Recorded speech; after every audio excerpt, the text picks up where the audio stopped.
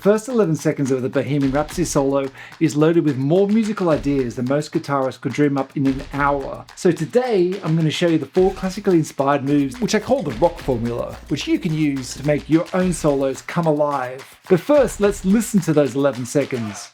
Ready, Freddie? All right!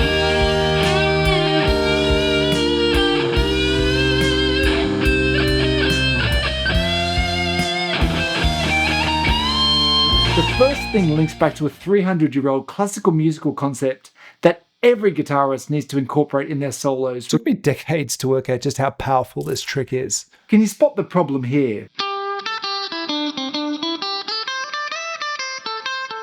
The problem intermediates have is they create solos that everything just links together. It's just one bloody phrase after another. It's unrelenting and it becomes extremely tiring for a listener very, very fast. There's just no time to digest everything. One really interesting fact about the solo is that Brian May literally sung the solo first. He said, "Yeah, I basically sang it. I regard the guitar in that situation as a voice. There's natural pauses. You can sing it. Ba-da-da-da, da-da, da-da-da-da-da-da-da. It's a solo that if it comes on in the car, my non-guitarist friends will sing the solo. And that's an incredibly rare thing for a guitar solo. But Brian May was hardly the first one to come up with this concept. It's a 300-year-old classical technique called instrumental recitative.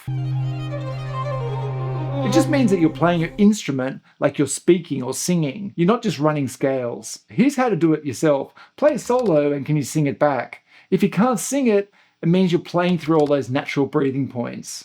The best solos have conversational space, they breathe. But now you understand that vocal approach, let me show you how great singers add expression to their phrases. Now, intermediates know that they should add vibrato, but they rarely do it convincingly. But listen to how a great singer ends their phrase. Mama! You can see he holds the note a little bit before the vibrato kicks in. And we want to replicate that on the instrument. We want this gentle shake. It adds emotion and personality to your playing. Freddie isn't doing this with no vibrato. Mama! If you watch live versions of Brian May, he's always adding this beautiful smooth vibrato at the end of his phrases, even the bends. So the bends is very tricky, but you can start today adding vibrato to those non-bent notes. So do this yourself. At the end of a phrase, add a little bit of vibrato every single time. Now, intermediates tend to either do too much or too little, or bent out of tune. We want nice and even and noticeable. It just helps complete the musical sentence. And it's only 11 seconds, but there's still more. Let's listen to the end of the phrase and see if you can spot what he's doing here. A lot of intermediates know that they should end phrases, say, on a root note. But it lacks impact. And that's because it's kind of obvious what's about to happen. But what Brian May does is mess with our expectations. This solo is in E flat, and the first part of the solo is E flat major pentatonic. He wants to play the phrase and resolve to the C, but instead of just playing like every intermediate would do, he adds suspense. By doing that bend, it adds suspense about, oh, what's about to happen. So when he actually does resolve, it feels far more satisfying. He shifts time a little bit by doing that final bend more slowly. It's like telling a story. We want that final reveal to be suspenseful. And who murdered the butler? Well, it was the dog. That tiny pause creates tension that just hitting the note immediately wouldn't have. It's storytelling through timing. So you can try this. You can think about how you want to resolve to a root note. Say we are playing A minor pentatonic. And we have a phrase that we want to resolve to this A. We could do. And that's far more interesting than if we just went. But even that's not the full story, because Brian May's next move is straight from the classical playbook. When intermediates play scale runs, especially with pentatonics, they just go up and down at one boring pedestrian pace.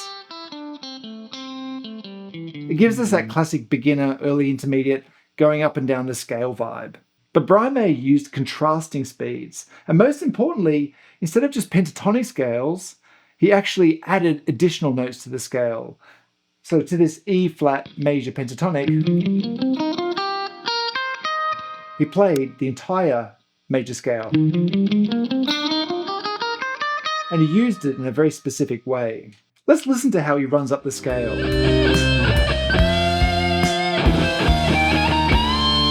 Yes, he's running up the scale, but it contrasts rhythmically with the other parts to make it more interesting. The first part is at this speed.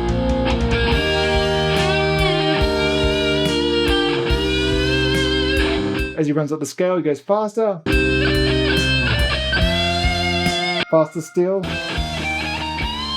He is just running up the major scale, but by shifting the speed of the notes, it creates this beautiful contrast and just keeps connecting your ear to it over and over. Brian May's smooth runs up the scale is called voice leading, which is a classical musical staple. Voice leading just means connecting your notes smoothly, like a singer moving from one word, ba ba ba ba ba ba, without awkward jumps. We're taking a step up at a time. It's the same technique that Vivaldi used 300 years ago.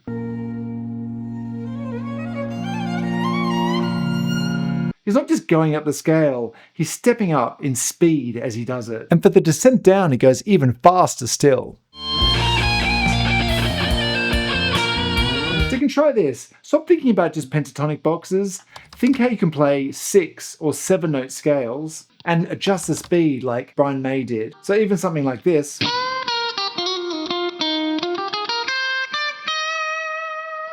is going to be far more interesting than if we kept it all at the same speed.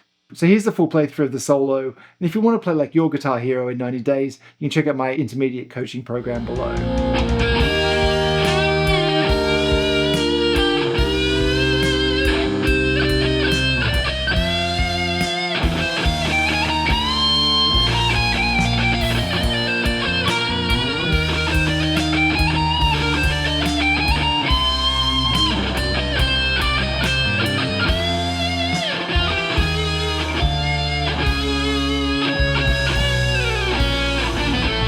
But double stops are one of the most powerful techniques to make your solos interesting. And if you want to find out the most important one to learn, I'd watch this video next.